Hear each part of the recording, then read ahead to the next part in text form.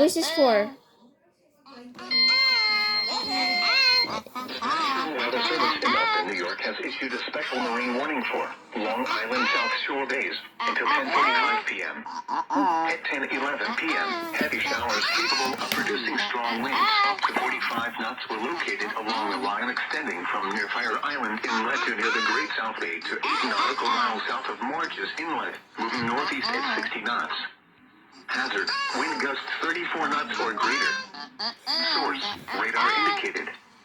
Impact, small craft could be damaged and briefly higher winds and suddenly higher waves. Showers with strong winds will be near Morges Inlet and Morges Bay around 10:20 p.m. West Hampton Beach around 10:25 p.m. Shinnecock Bay around 10:35 p.m. Move to safe harbor until hazardous weather passes.